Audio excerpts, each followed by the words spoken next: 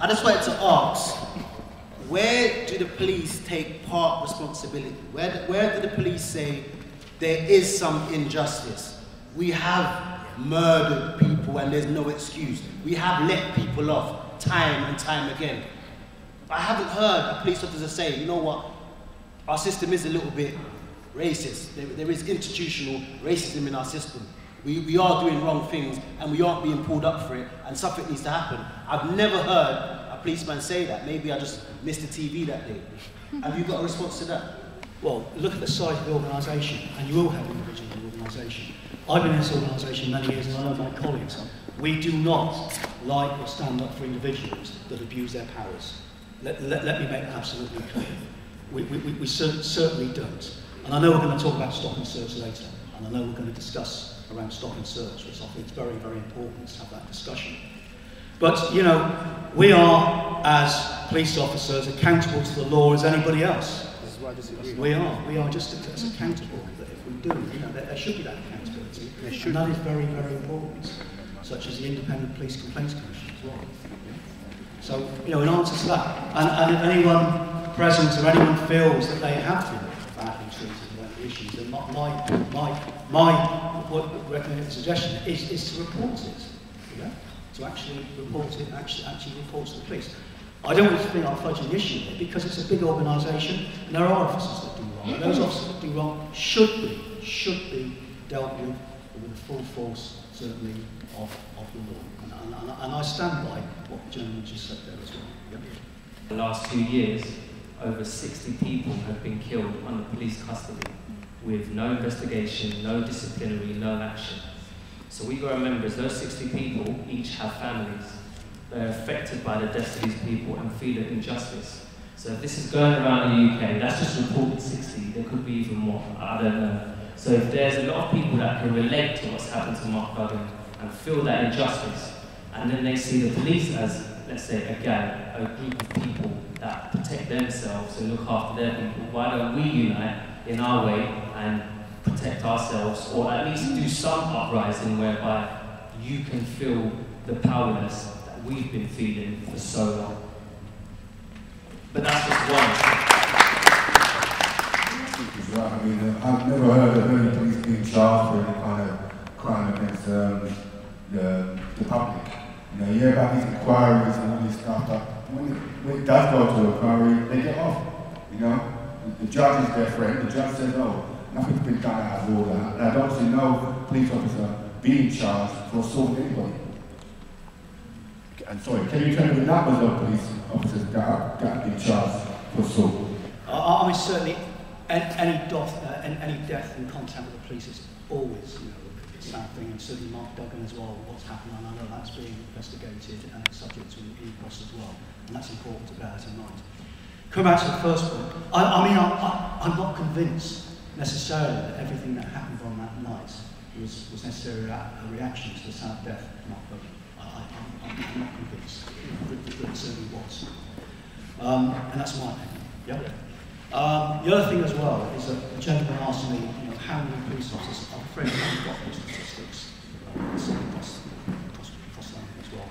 And I know that there are occasions when police officers have been convicted for assault, but I'm afraid I haven't got the actual statistics that I can actually. If I had, I tell you. Yeah. But I'm afraid I haven't got those things. I'm sure we can. In fact, you can actually get it through the Freedom of Information Act request to the police. You know, you're entitled by law to contact and actually ask for sort of statistics. We've got those statistics in hand that we can actually use them, but then obviously we'll give them. But I'm afraid I don't have the actual. Going back to one of your points, you said that you don't believe it's the right way to actually address this ongoing problem of. Yeah, so you said, yeah, it's not about method of addressing the problem. I wanted to kind of pose a question. What method would you say that is right? Because basically the current methods that people have used in the past are not working. It's protesting. Like there's an issue going on in Congo at the moment. People are protesting against it, but there's not much being done about it. So it's getting to the point where unless people uprise in a way that is violent, in a way that's you know, causes some sort of effect and some sort of harm, they won't be listened or heard. So is there a suggestion from your perspective on how to address such issues? Most definitely. And it's not just the issue we're talking about now, it's across the board as well. And I feel a lot of it is around peer group pressure. Being part of a group, being influenced by people around you as well, particularly young people, to get involved in all elements of the sort of criminality. And without that sort of that positive role model that's nearby, somebody can actually act as something positive, so that somebody doesn't feel they've got to take part in crime, to make money, be part of a gang, etc., that's involved in violence. And I think a lot of it actually stems from, well, again, we're going to discuss this later, I know, certainly in the third question. But it's all the way through. It's people that you engage with, you're involved in.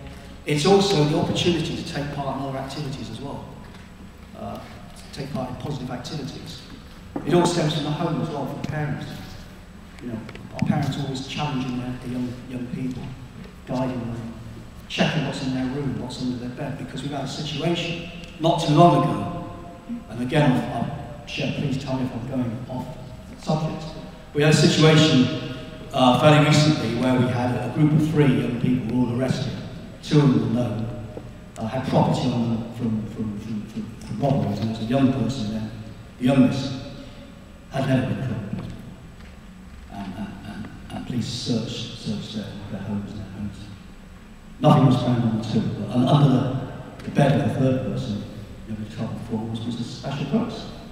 You can imagine how the parents felt that young people, as well, that young person, obviously getting involved in something.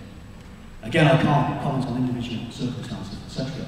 But you know, a lot of this, it stems from the home, from the family, challenging, guiding as well, being really, you know, they're out, people are out as well. You know, where have you been? Who have you been with? What are you up to? You know, so essentially checking rooms, etc. Well, in community as well.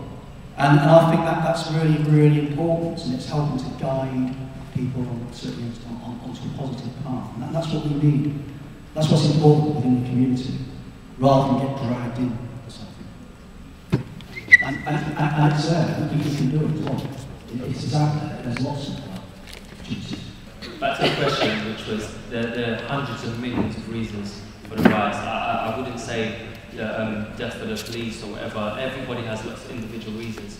But coming back to the parents thing, which I kind of have a big disagreement to, because I personally know, and a lot of people in this room that probably know me, have experienced a lot of parents that have, I'll be specific, that have, she has 2 children, eat the same food, growing up in the same house, went to the same schools.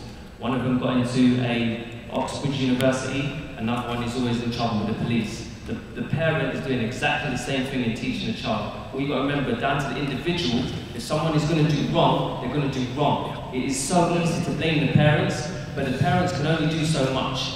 In relation to what the guy that set him up said, I don't know if you answered it directly, because I think he was actually talking about what space there is for dissatisfaction. And he said, obviously, that the riot is the wrong way to address it. But if we think about it deeply, really, like, what spaces are there really for young people to express their dissatisfaction? Say with policing, I mean, I've been to that, like I said, same thing with protesting, where when you end up getting, you know, you think you have a voice and you end up being killed for 9 hours. Yeah, that's what a lot of people did though.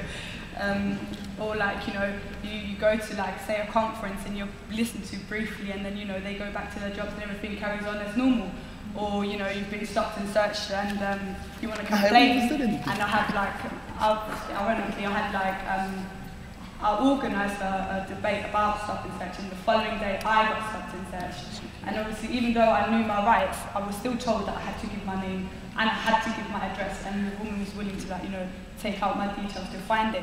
She gave me the receipt and it had nothing at the back. It didn't say why I was stopped, it didn't say the outcome of it, it didn't say my nationality. And so if we're saying, you know, you should complain, and really what that means is the police is investigating the police. What are we meant to do? Like, what spaces are there for us to express our dissatisfaction? My name is Chris Cook. I'm a bishop in the Church of Jesus Christ of Latter-day Saints. I just wanted to say, I think a lot of why the riots went the way they did was to do with the issue of morals. I remember, sitting in my front room with my wife, we were watching the Brixton Riots weren't televised, but the Clapham Junction ones were. And it was actually a very sad experience. I mean, I love Clapham Junction myself. I could go there to shop with my family. And what I saw wasn't necessarily people protesting against the system as such.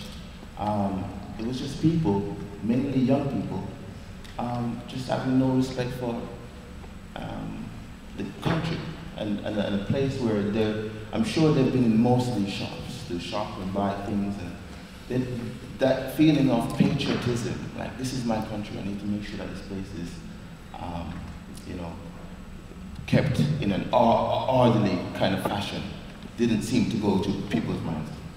I think that there should be a forum for young people to voice their concerns, their opinions by all means.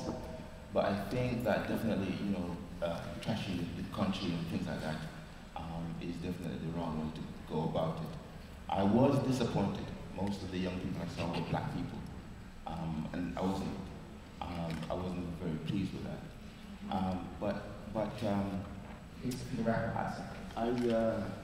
I think as well, I think people took the opportunity because it was there, and it was a chance to have some fun and to, do some chaos, and not necessarily so much to fight against the man, as it were, in terms of fighting against the system.